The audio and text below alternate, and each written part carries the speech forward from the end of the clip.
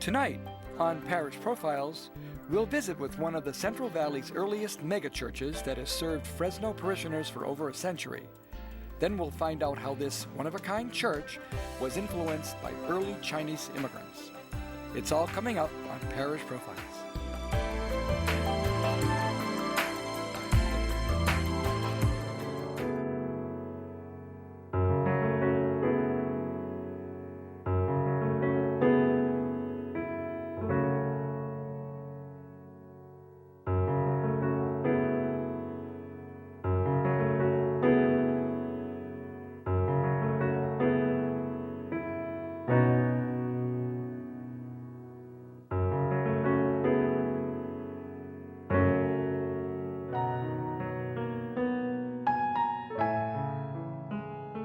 St. Alphonsus is truly a gem of the Diocese of Fresno. From its founding 105 years ago, it has been a home for God's people in West Fresno, a richly diverse community united by their deep Catholic faith, which they all share in common. Following the establishment of St. John's Cathedral in 1882, in December of 1908, the Redemptorist Fathers arrived in Fresno to open Fresno's second parish, St. Alphonsus, which had been established by Bishop Thomas Conity in the area southwest of the Southern Pacific Railroad on the outskirts of town. The parish rapidly outgrew the original church, and in 1913 a new larger building, which still serves as the parish church, was constructed. By 1916, a rectory and school had been built on Fresno's new hot property, Kearney Boulevard Heights.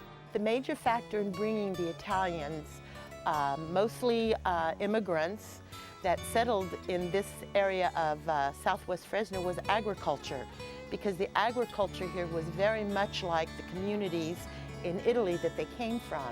And so with the church developing, it was primarily the Italian community that was the essential basis back in 1910 for the flourishing of St. Alphonsus Parish and the growth of families and the sharing of our faith and our heritage here.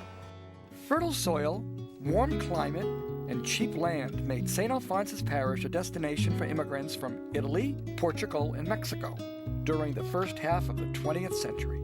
African Americans came in large numbers during and after World War II because there were plenty of farm jobs, an ethnic mix, and the knowledge that Fresno was an area that had never allowed slavery.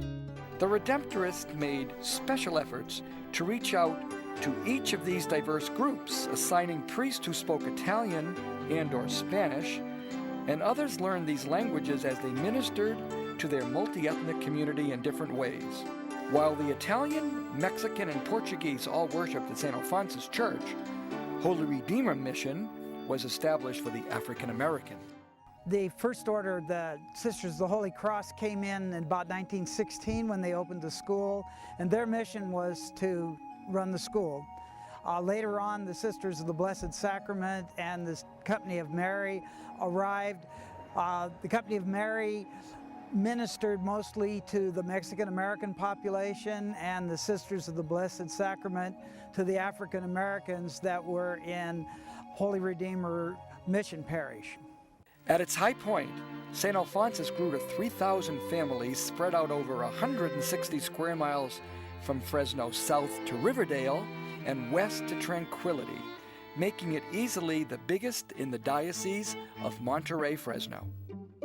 Rather than a melting pot, St. Alphonsus from the start and to this day is more of a salad bowl with cultural ethnicities and heritages which were maintained and celebrated in parish-based societies and committees. Even with a flourishing Mexican Guadalupana community and a vibrant Colonia Portuguesa do Espírito Santo for the Azoreans, St. Alphonsus was principally known as an Italian parish because of its very active Italian Catholic Federation and the St. Elia Committee. Sally Caglia's lifelong connection with the parish goes back to the annual St. Elia Festival, which she has been involved with for over 50 years. I remember as a little girl at St. Alphonsus attending the Santa Elia celebrations. the dinners in the basement at the old school for Maria Incarnata and Our Lady of Perpetual Help. And most importantly, because my grandparents lived around the corner, always a big celebration here at church, followed by visiting at Grandma's house with all my aunts and uncles who had a huge impact on my Italian heritage and my identity as an Italian. It's always heartwarming and very special to bring all those families, third, fourth, and now we're into fifth generations, back to St. Alphonsus for that one special celebration for our heritage here at St. Alphonsus. In the post-World War II years, forces pushed and pulled the parish. Young men returned from the war, married, and moved into new neighborhoods and parishes further north. St. Genevieve's and Mount Carmel were created a few blocks from St. Alphonsus. In 1956, Highway 99 was built through the neighborhood, displacing many parishioners from E, F, and G streets.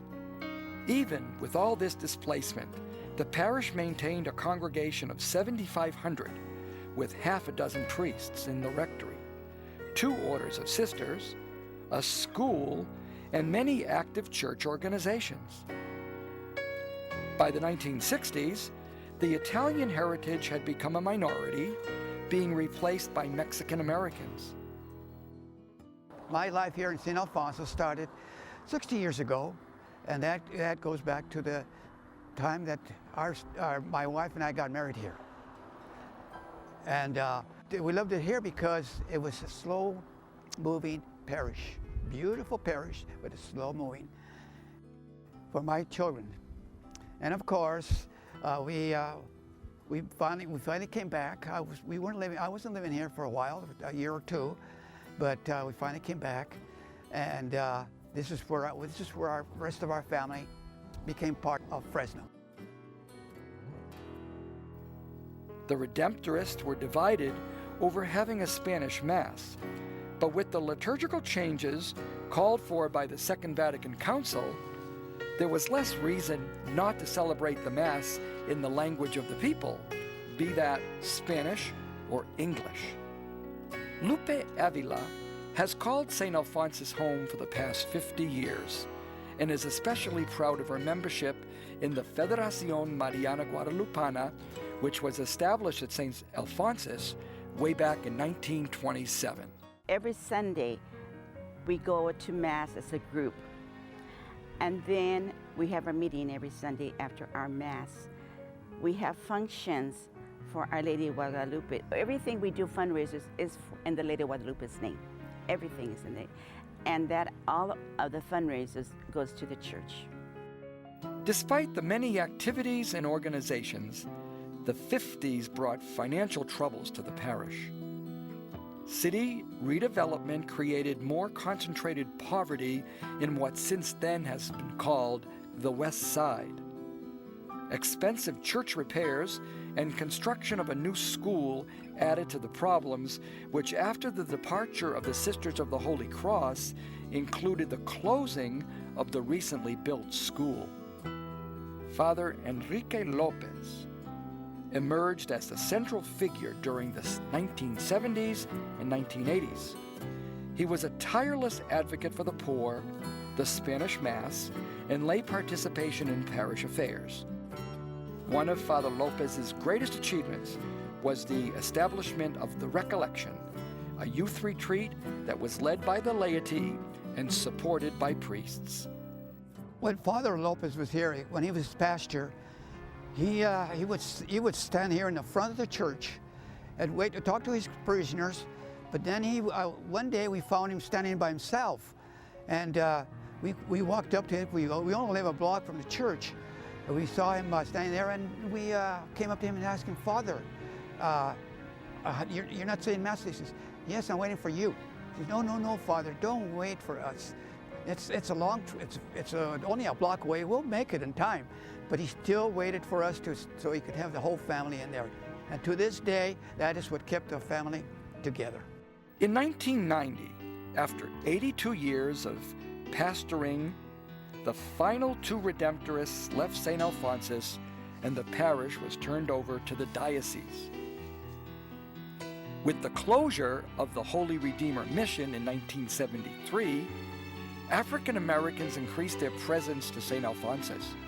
A small minority, they felt they didn't have much voice in the church, so under the leadership of Veldebouté, they founded Black Catholics and Friends United, later known as African American Catholic Ministries.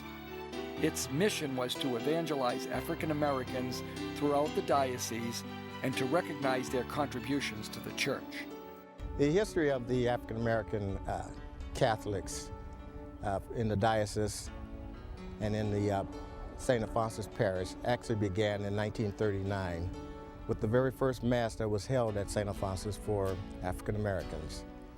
After that, there was a First Communion confirmation that was held in 1944 for African Americans, and it was held here at St. Alphonsus Church. From that point on, we went to Holy Redeemer School, which opened up. It was a small school, but it was actually open for the purpose of African Americans to attend, and the nuns were very diligent about picking up the young people and bringing them to that particular school. With the closure of Holy Redeemer School, most of the black African Americans filtered over to St. Alphonsus Church, and this happened like around 1970. In 2008, St. Alphonsus celebrated its centennial. There were monthly events, including a pancake breakfast, the annual St. Elia celebration, and the crowning of the May Queen. The following year, the centennial was completed, and the beautiful statue of St. Alphonsus, which stands proudly in front of the church, was blessed. Well, I think St. Alphonsus today is a kind of a unique parish. A lot of parishes are community parishes. Ours is kind of a commuter parish. We have a lot of people who have family roots here. They grew up in the parish, they've moved away, they live out in Clovis, I live in Easton, other people live in areas around the community, yet we come in here because it's home to us. If your parish has a great story to share, we'd like to hear from you. Visit us at knxt.tv/profiles and tell us more. You may be featured in a future episode of KNXT's Parish Profiles.